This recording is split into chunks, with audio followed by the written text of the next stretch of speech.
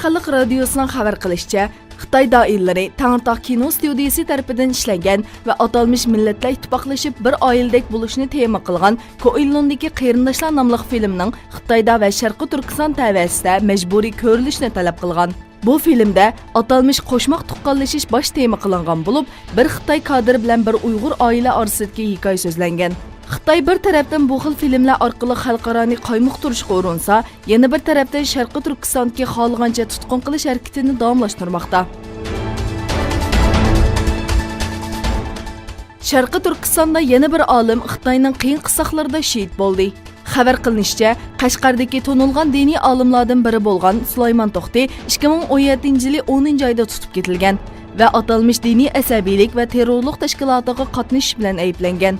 U qamalgan turmada qiyin qisoq sababli o'lib ketgan bo'lib, uning urug' tuqqanlaridami 100 dan ortiq kishi tutib ketilgan. Bu uchurlar marhumning navbatda Turkiyada yashayotgan tonishlar tomonidan dalillandi. 86 yoshli Sulaymon To'xti bir mezgil Qashqarda imomlik qilgan bo'lib, hayotini o'qitish ishlari bilan o'tkazgan va xalqning cho'nqur hurmatiga erishgan. Marhumga Allohdan rahmat tilaymiz.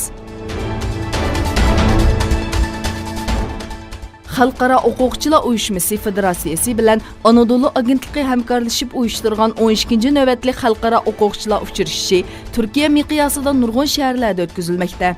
İstanbul Üsküdar Bağlarbaşı Medeniyet Merkezi'de ötküzülgen faaliyette, Şarkı Türkistan Yeni Nesil Hareketi əzaları faaliyetki qatnaşqan mihmanlarga Uyghur medeniyetini tonuşturdu.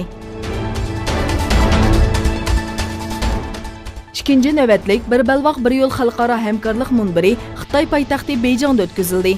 Yig'inga 40 ga yaqin davlatning vakillari qatnashdi. Xitoy raisi Xi Jinping ichilish nutqi so'zildi. U har qaysi davlatning vakillarini bir belvaq bir yo'l qurilishini sifatli mablag'lar bilan olg'a siljitishga chaqirdi. Shuning bilan birga Sharqi Turkistonning Xitoyning bu planda muhim strategiyalik o'rni borligi o'tirib qo'yildi.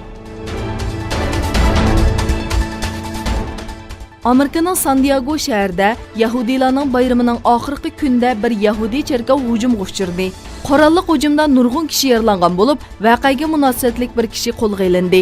O'tgan yakshanba kuni Sri Lankada xristianlar Pasixa bayramini tabriklayotganda portlash yuz berib 300 ta kishi o'lgan edi.